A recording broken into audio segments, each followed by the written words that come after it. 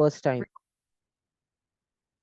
तो आज के सेक्शन में आपके पास जो है वो थर्मोडायनेमिक्स से स्टार्ट होगा।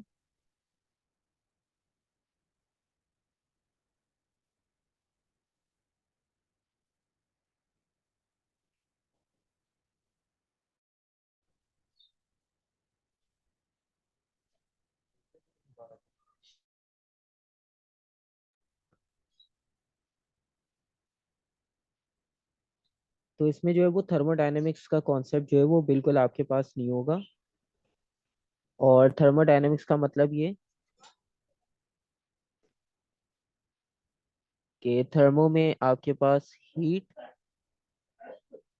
यानी थर्मल एनर्जी, और डायनेमिक्स का मतलब है नॉर्मल आपके पास जो वर्क डन होता है। ठीक है। और इसमें यह है कि अब जो हीट और हीट से रिलेटेड जो वर्क डन होगा, अब इसमें हमने सारे वो कॉन्सेप्ट डिस्कस करने, जिस तरह हीट इंजन्स होते हैं और हीट से रिलेटेड कॉन्सेप्ट्स होते हैं कि जब हम हीट प्रोवाइड करते हैं तो उससे जो भी पार्टिकल्स में मूवमेंट होती है तो उसे भी हम सिंपल वर्क डन कह सकते हैं। तो बेसिकली हम थर्मोडायनेमिक्स में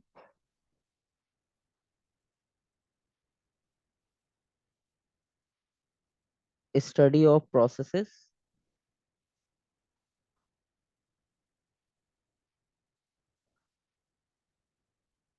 and systems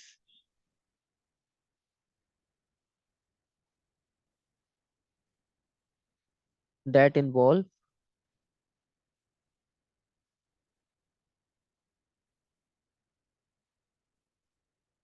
heat and work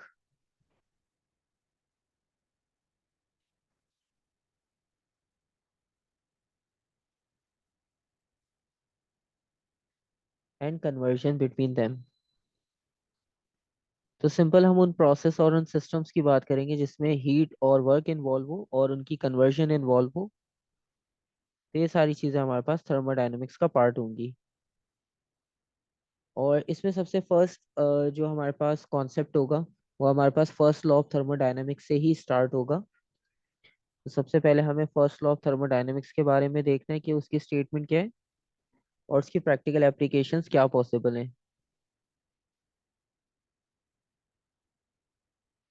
first law of thermodynamics.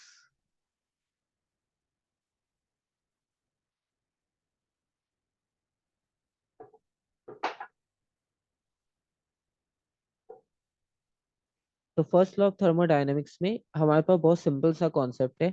अगर हम एक वाटर की एग्जांपल लें कंटेनर में, ठीक है, अगर लेट सपोज हमारे पास एक कंटेनर हो और इसमें हम बॉईल करते हैं,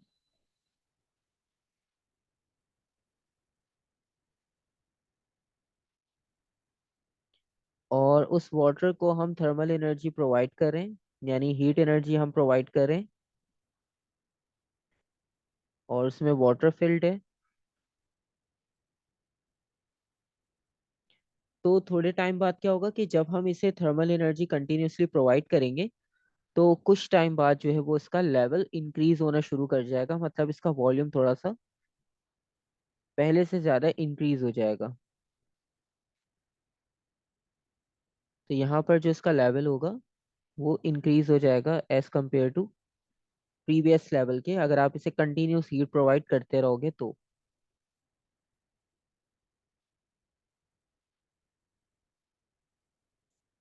तो ये जो आपके पास चेंज आया है यहाँ पर, जो इनिशियल वॉल्यूम था और अब आपके पास जो फाइनल वॉल्यूम है, तो इस चेंज का मतलब ये कि जो हमने थर्मल एनर्जी प्रोवाइड की, तो एनर्जी के बारे में हमने बेसिक लॉ पढ़ा है कि एनर्जी को हम क्रिएट नहीं कर सकते, डिस्ट्रॉय नहीं कर सकते, लेकिन हम उसे कन्वर्ट जरूर कर सकते हैं। तो बेसिकली जब हम थर्मल एनर्जी प्रोवाइड कर रहे हैं तो उसकी कहीं ना कहीं कन्वर्जन होगी। तो कन्वर्जन आपके पास कहाँ पर हुई, एक तो वो कन्वर्ट हुआ है बेसिकली वर्क डन करने में, क्योंकि थर्मल एनर्जी प्रोवाइड करेंगे, मॉलिक्यूल्स की कोलिजन बढ़ेगा, वो उनकी मूवमेंट इंक्रीज हो जाएगी, तो एक तो वर्क डन हो जाएगा। और दूसरा ये होगा कि जो इंटरनल एनर्जी होती है मॉलिक्यूल्स की, यानी इंटरनल एनर्जी का मतलब ये है कि काइनेटिक प्लस पोटेंशियल, तो इंटरनल एनर्जी में हम दोनों को कंबाइन लेते हैं, पोटेंशियल को भी और काइनेटिक को भी। तो इंटरनल एनर्जी इंक्रीज हो जाएगी और कुछ एनर्जी जो है वो हमारे पास वर्क डन करने के लिए यूज होगी। ठीक है। तो इसका सिंपल सी स्टेटमेंट ये बनती है,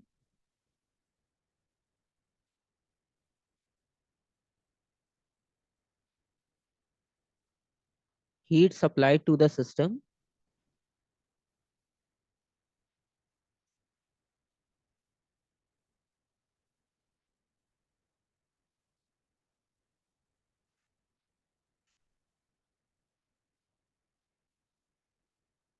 is equal to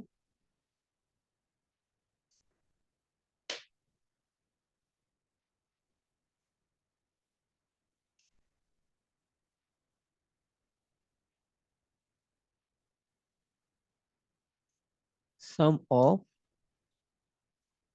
increase in internal energy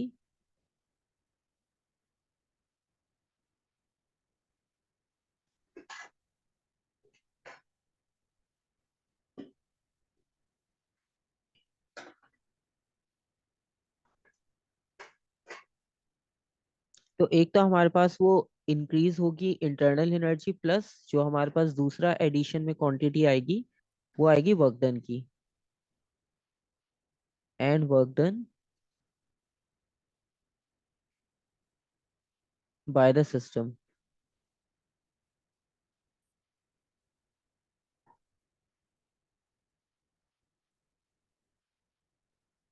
तो ये दो क्वांटिटीज हमें मिलेगी जब हम इसे थर्मल एनर्जी प्रोवाइड करेंगे।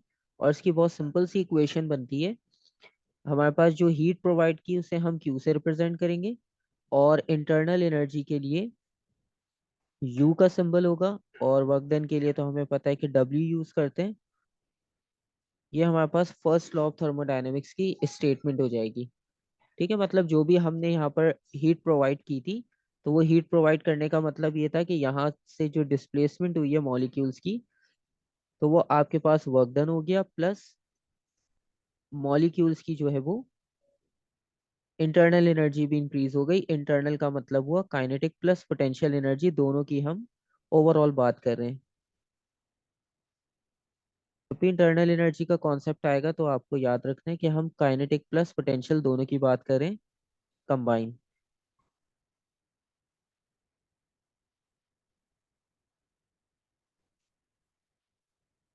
तो एक तो हमारे पास ये हो गया फर्स्ट लॉ ऑफ थर्मोडायनेमिक्स। और इंटरनल एनर्जी को अगर हम फर्दर डिटेल में एक्सप्लेन करना चाहें तो आप इसको ऐसे भी कर सकते हो,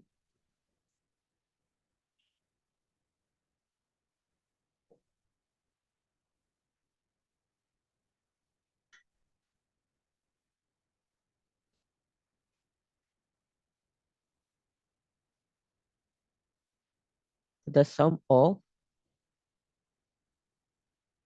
क्योंकि इसमें मॉलिक्यूल यानी बहुत माइक्रो लेवल पर हम ऑब्जर्व कर रहे हैं चीजें, तो उतने माइक्रो लेवल पे काइनेटिक और पोटेंशियल थोड़ा सा स्टार्ट में टिपिकल होता है। तो अभी हम क्योंकि उतना डेप्थ में डिस्कस नहीं कर रहे, क्योंकि अभी हम फर्स्ट टाइम थर्मोडायनेमिक्स की बात कर रहे हैं, तो इसलिए हम इसमें इंटरनल एनर्जी को यूज करेंगे ताकि हमारे पास दोनों का सम इंक्लूड किया जाए।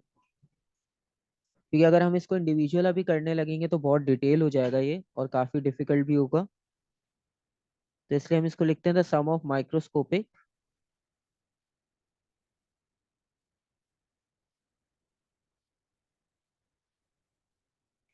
Kinetic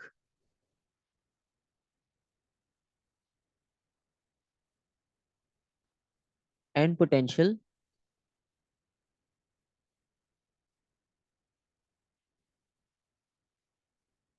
energy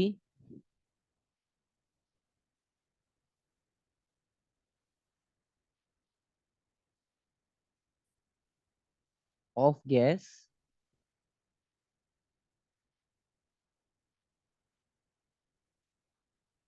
molecules due to random motion.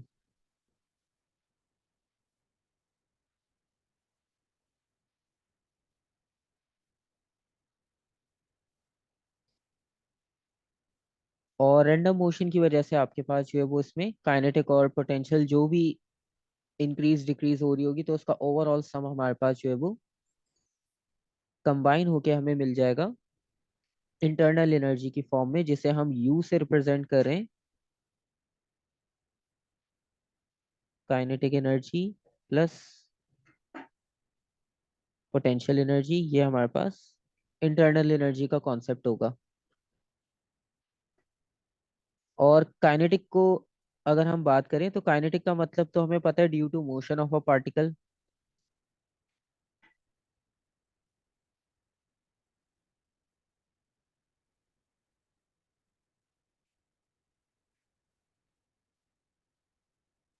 तो अगर हम मोशन ऑफ पार्टिकल्स की बात करें तो वो काइनेटिक एनर्जी में आएगी। और अगर हम पोटेंशियल एनर्जी की बात करें तो पोटेंशियल एनर्जी का मतलब है इंटरमॉलिक्यूलर फोर्सेस।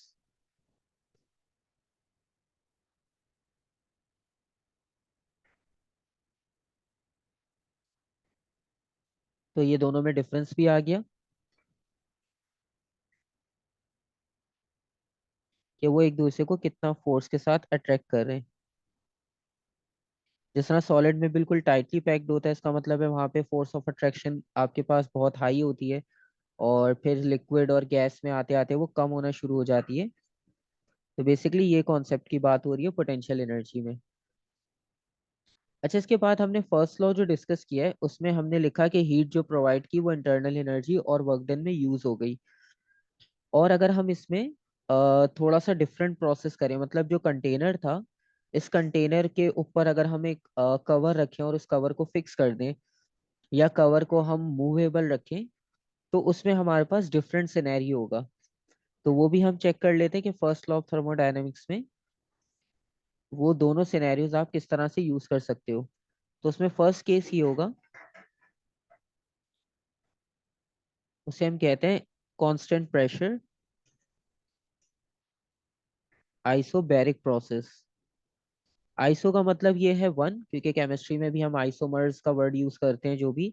तो आइसो का मतलब होता है सिंगल।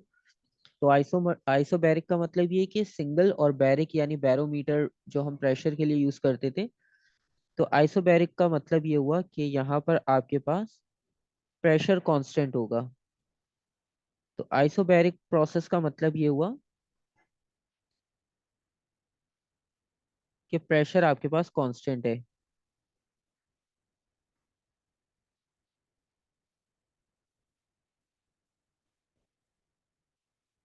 प्रेशर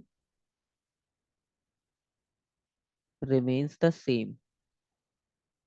तो अभी हमने जो first law of thermodynamic discuss किया, उसमें अगर हमको प्रेशर सेम रखना हो, तो प्रेशर सेम रखने के लिए हमें क्या करना होगा, और उससे इक्वेशन पे क्या चेंज आएगा, ये हमने देखना है।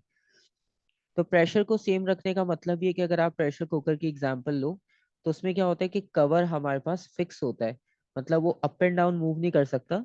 लेकिन उसके ऊपर एक नोजल हम लगाते हैं, तो बेसिकली जब अंदर स्टीम बहुत ज्यादा बनने लगती है, इंटरनल प्रेशर बहुत ज्यादा इंक्रीज होने लगता है, तो वो नोजल ऊपर हो जाती है और स्टीम बाहर आना शुरू हो जाती है।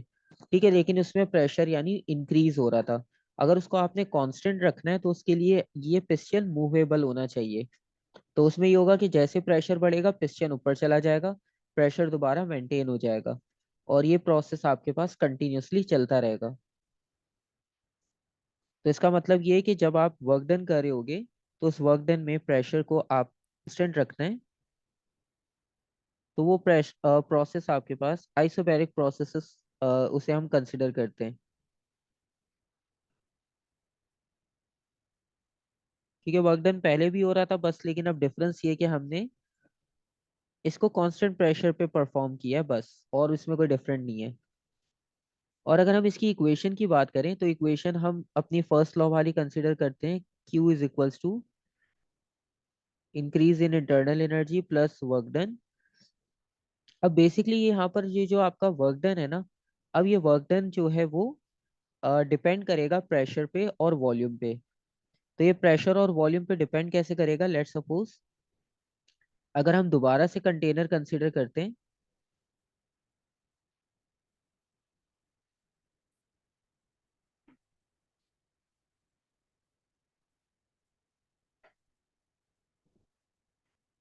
और हम कंटेनर की इनिशियल और फाइनल स्टेट को अगर देखें, और इस बार जो है वो हमने इसमें पिस्टन कनेक्ट किया हुआ है। इनिशियली पिस्टन यहाँ पर है, और बाद में जो है वो पिस्टन हीट सप्लाई करने के बाद ऊपर की तरफ मूव करेगा, और इसमें गैस फिल्ड है।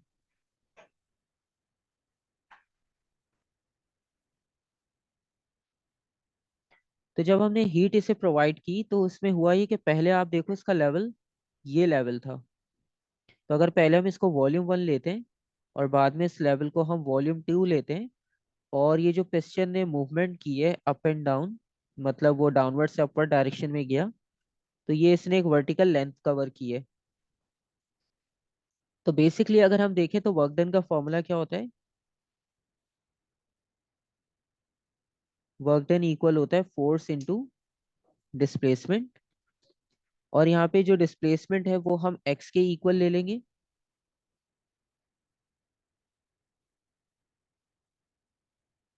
तो डी की जगह पर एक्स आएगा। क्योंकि यहाँ पे प्रेशर वॉल्यूम की बात हो रही है, तो अगर हम फोर्स को करें बेसिकली, तो फोर्स के लिए आप फॉर्मूला यूज कर सकते हो प्रेशर का ही।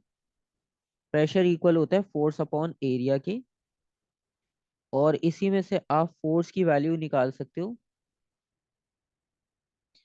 Pressure into area.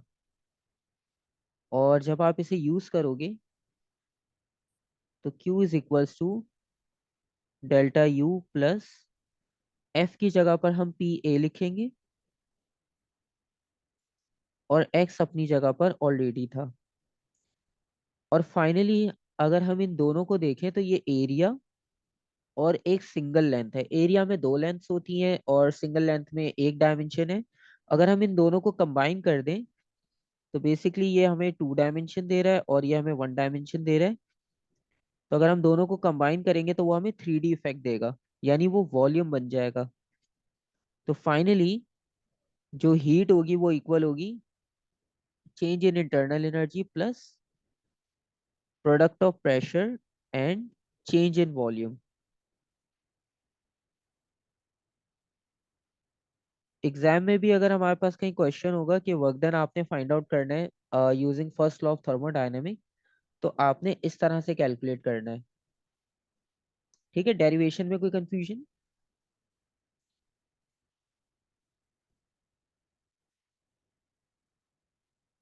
बस हमने फर्स्ट लॉ ऑफ थर्मोडायनेमिक की इक्वेशन को कंसिडर किया और उसमें वर्क डन की जगह वर्क डन का फॉर्मूला लिखा F इंटू डी।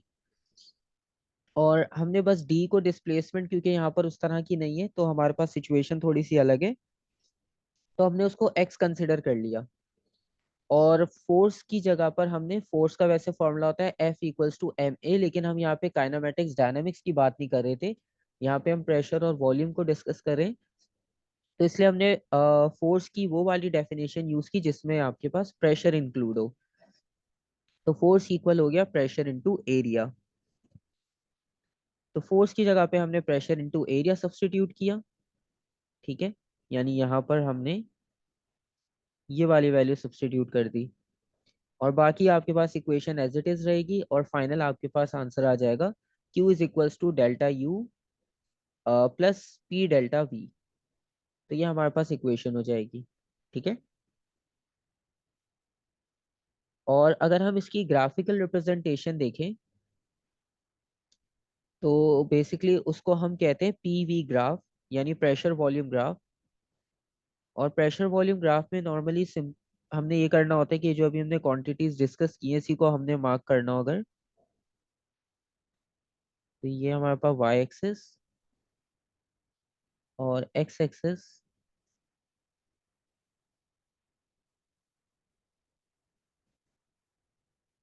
और जो वाई एक्सिस पे हमारे पास क्वांटिटी होगी वो है प्रेशर, और एक्स एक्सिस पे जो क्वांटिटी है वो है वॉल्यूम। अब हमारे पास इस पूरे सिनेरियो में प्रेशर तो कांस्टेंट है, तो प्रेशर की वैल्यू हम कोई एक कंसिडर कर लेंगे। लेट सपोज प्रेशर की हमने ये वैल्यू ले ली, और वॉल्यूम आपके पास चेंज हो रहा है। तो वॉल्यूम लेट सपोज यहाँ पर हमने लिया V1, और वॉल्यूम चेंज होने के बाद हो गया V2। तो बेसिकली आपके पास जो पहले प्रेशर के पे वॉल्यूम था वो तो V1 है। ठीक है, और ये हो जाएगा V2।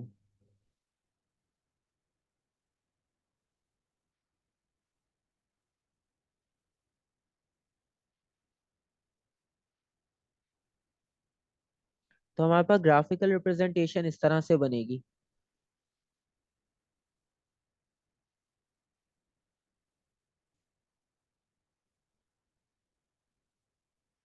और ये जो area under the PV graph बन रहा है हमारे पास, मतलब ये जो एरिया हमारे पास इस रीजन में आ रहा है, तो इसको हम सिंपल कह सकते हैं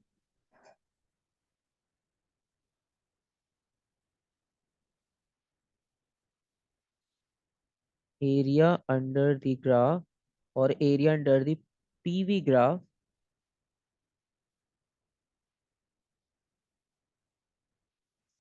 और ये इक्वल होगा हमारे पास वर्क डन के।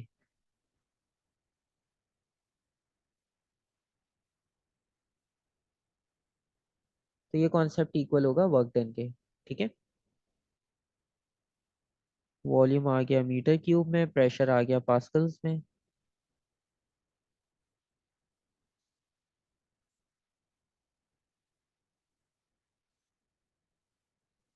और इसके बाद जो सेकंड प्रोसेस है,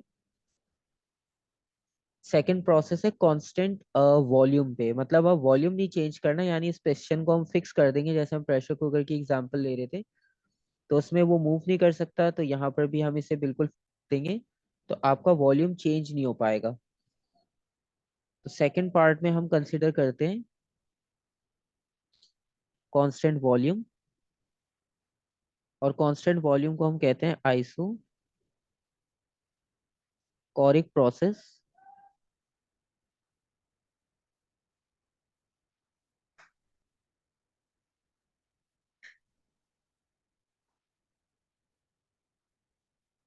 तो आइसोकोरिक प्रोसेस का मतलब ये कि इसमें हमारा जो वर्क डन होगा, या जो भी हमारा प्रोसेस होगा वो कांस्टेंट वॉल्यूम पे होगा।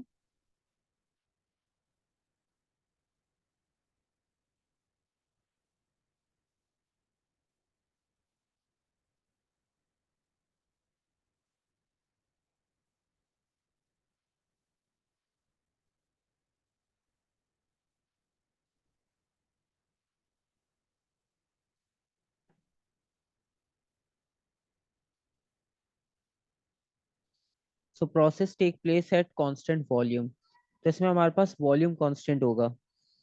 तो वॉल्यूम कांस्टेंट होने का मतलब है कि वॉल्यूम में चेंज नहीं आएगा इस बार, जो कि पिछले कॉन्सेप्ट में आया था। तो वॉल्यूम में कोई चेंज ना आने का मतलब ये है कि जो अभी हमने इक्वेशन लिखी थी ऊपर,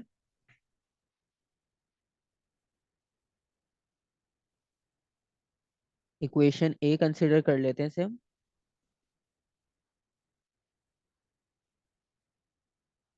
Q is equals to delta U plus P into delta V. तो इसका मतलब है हमारे पास वॉल्यूम है जीरो, और वॉल्यूम का मतलब ये है कि ये हमने वॉल्यूम और प्रेशर की क्वांटिटी ड्राइव की थी वर्क डन से। तो अगर आपके पास ये वॉल्यूम की वैल्यू जीरो है, तो इसका मतलब है आपका वर्क डन भी जीरो हो जाएगा, क्योंकि पिस्टन मूव नहीं कर रहा, तो आपको मूवमेंट नजर आ रही नहीं। जब मूवमेंट नजर नहीं आएगी तो इसका मतलब है हम यही कंसिडर करेंगे कि वर्क डन नहीं हो रहा, क्योंकि वर्क डन के लिए फोर्स डिस्प्लेसमेंट दोनों चीजें चाहिए। तो जब आपको मूवमेंट नजर नहीं आएगी तो हम यही कंसिडर करेंगे कि वर्क डन हमारे पास जीरो है यहाँ पर। और जीरो वर्क डन का मतलब ये है कि ये इक्वेशन इक्वल होगी Q is equals to delta U के। इसका मतलब ये हुआ कि इस कांस्टेंट वॉल्यूम में आप जितनी थर्मल एनर्जी प्रोवाइड करोगे, वो सारी थर्मल एनर्जी जो है वो इंटरनल एनर्जी में कन्वर्ट हो जाएगी बिना कोई वर्क डन किए, क्योंकि इसमें वर्क डन की फैक्टर जीरो हो गया। तो इसका मतलब है इसमें कोई वर्क डन हुआ ही नहीं, सारा आपके पास जो है वो एनर्जी कन्वर्ट हो गई आपकी इंटरनल एनर्जी में मॉलिक्यूल्स की। तो इजी है थर्मोडायनेमिक्स लॉ, मुश्किल नहीं है, बस क्वांटिटीज सिंपल सिंपल सी है इसमें, और उसको रिलेट करके आपने कंडीशन के हिसाब से उसको ड्राइव किया है बेसिकली। तो जो हीट सप्लाई की हमने,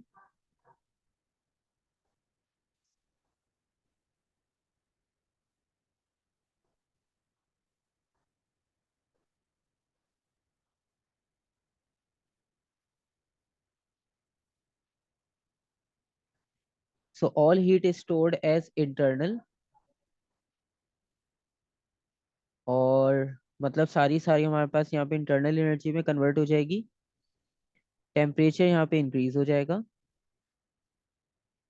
सिस्टम का।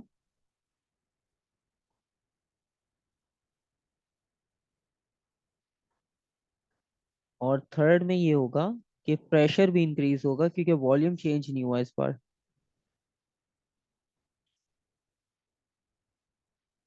Pressure rises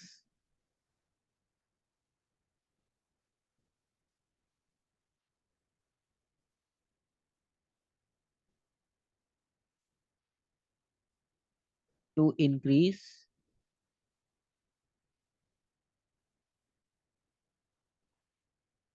in of molecules.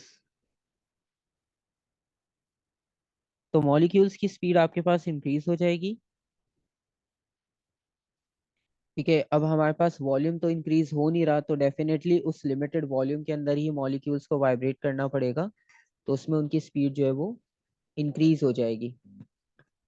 और अगर हम इसमें पी वी ग्राफ डिस्कस करें,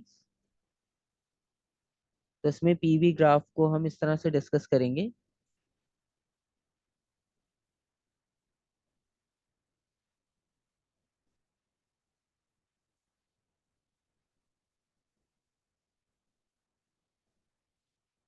तो यहाँ पर दोबारा से हम पी वी ग्राफ डिस्कस करते हैं। ये प्रेशर है और यहाँ पे वॉल्यूम है,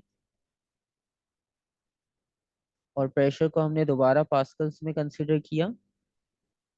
इस बार प्रेशर चेंज हो रहा है, तो इसका मतलब है पहले प्रेशर की वैल्यू P1 थी, लेट सपोज, तो वो इंक्रीज होकर P2 पर चली गई। लेकिन वॉल्यूम इस बार सेम है, तो वॉल्यूम की कोई भी एक वैल्यू हम लेंगे। ये हमारे पास वॉल्यूम है कांस्टेंट।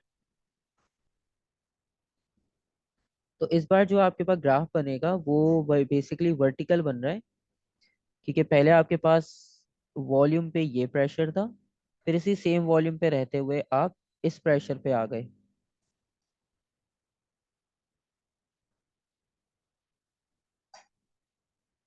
ये कॉन्सेप्ट आ गया, और ये आ गया P2 के लिए। और प्रेशर आपके पास इंक्रीज हो रहा है ऊपर की तरफ। ठीक है, तो इसमें आपके पास जो चेंज आ रहा है वो वर्टिकल सिर्फ चेंज आएगा, क्योंकि प्रेशर इंक्रीज हुआ है, प्रेशर वाई एक्सिस पे था, तो ग्राफ आपके पास मूव करेगा ऊपर की डायरेक्शन में।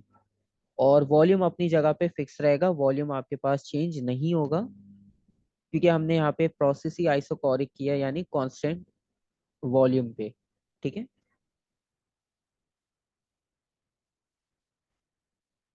और इसमें एक प्रोसेस और आएगा हमारे पास, जिसमें हम टेम्परेचर कांस्टेंट रखेंगे।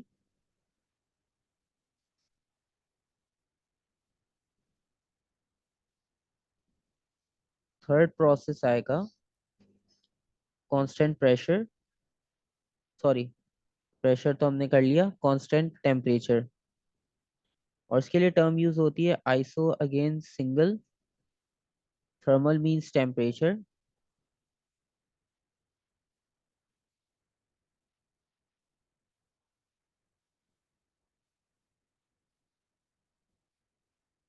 सो आइसोथर्मल का मतलब ये हुआ कि यहाँ पे टेम्परेचर को हमने सेम रखना है।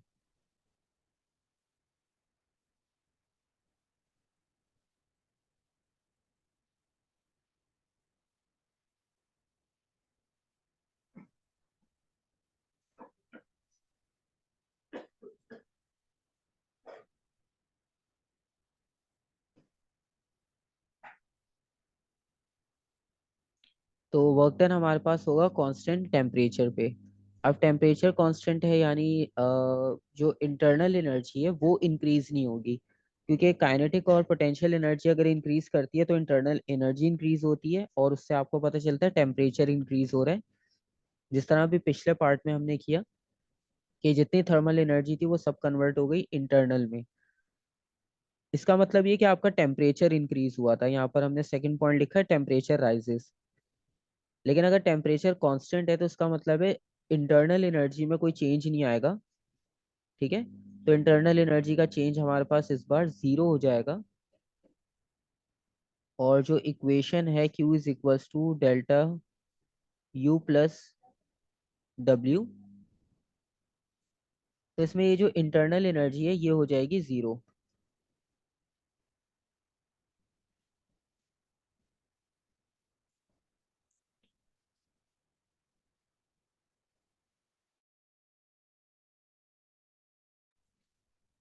तो इसमें हमारे पास इंटरनल एनर्जी जो है वो 0 हो जाएगी, क्योंकि यहाँ पर जो है वो टेम्परेचर कांस्टेंट है। क्योंकि इंटरनल एनर्जी नहीं बढ़ेगी तो टेम्परेचर पे भी कोई इफेक्ट नहीं पड़ेगा। मतलब आपने वाटर उसमें फिल किया, तो वाटर फिल करने का मतलब ये कि जब हम उसे हीट प्रोवाइड करेंगे तो उसका सारा जब वर्क डन हो जाएगा, इसका मतलब है उसका टेम्परेचर पे कोई इफेक्ट ही नहीं पड़ेगा, क्योंकि उसने सब वर्क डन में यूटिलाइज कर लिया।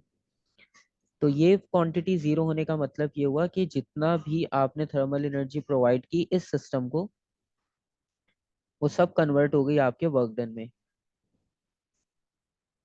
ठीक है। तो ये आपके पास थर्ड टाइप का प्रोसेस है, और ये आपकी इक्वेशन भी फर्स्ट लॉ ऑफ थर्मोडायनेमिक्स को ही हम यूज करके ये सब बना रहे हैं। तो इसमें बेसिकली जितनी हीट आपने प्रोवाइड की थी वो सारी हीट आपने कन्वर्ट कर दी अपने वर्क डन में।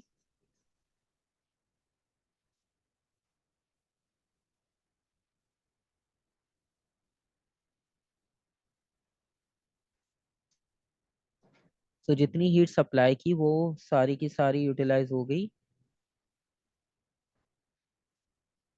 वर्क डन बाय गैस में।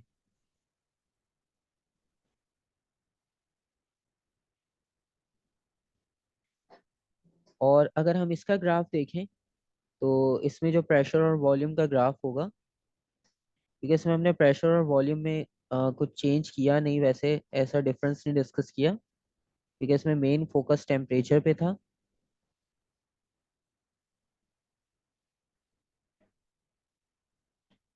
तो यहाँ पर जो प्रेशर और वॉल्यूम होगा,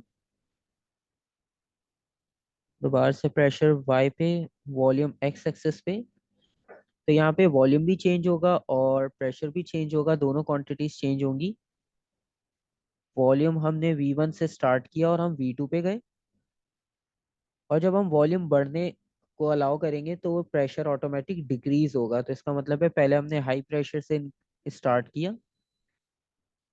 फिर हमारा प्रेशर जो है वो डिक्रीज की तरफ आ जाएगा। इसका मतलब ये है कि आपकी ग्राफिकल वर्किंग एरिया में होगी।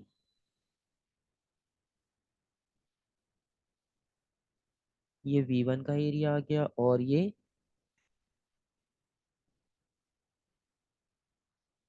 V2 का एरिया आ गया। तो इसका मतलब ये कि इसके बीच में जो ग्राफ बनेगा वो कर्व होगा, क्योंकि ये प्रोसेस आपके पास बिल्कुल डायरेक्टली नहीं हो रहा, थोड़ा सा इसमें चेंज होने की वजह से ये कर्व जाएगा V1 से लेकर V2 तक।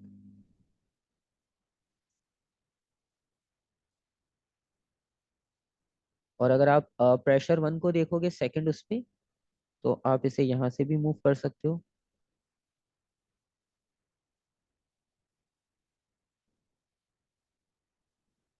तो इन दो लाइंस का मतलब ये है कि ये जो सेकंड लाइन है ये हमारे पास हाई टेम्परेचर पे हमने परफॉर्म किया,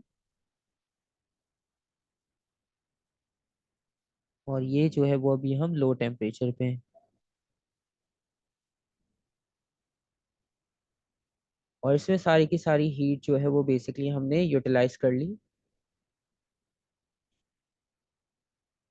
वर्क डन में, और कोई भी हमारे पास चेंज नहीं आया इंटरनल एनर्जी में। तो ये हमारे पास थर्मोडायनेमिक्स और उसकी कुछ एप्लीकेशन है। इसमें एक एप्लीकेशन बाकी है एडियाबैटिक, वो फिर हम उसको नेक्स्ट उसमें करके फिर उसके साथ इनके क्वेश्चंस डिस्कस कर लेंगे।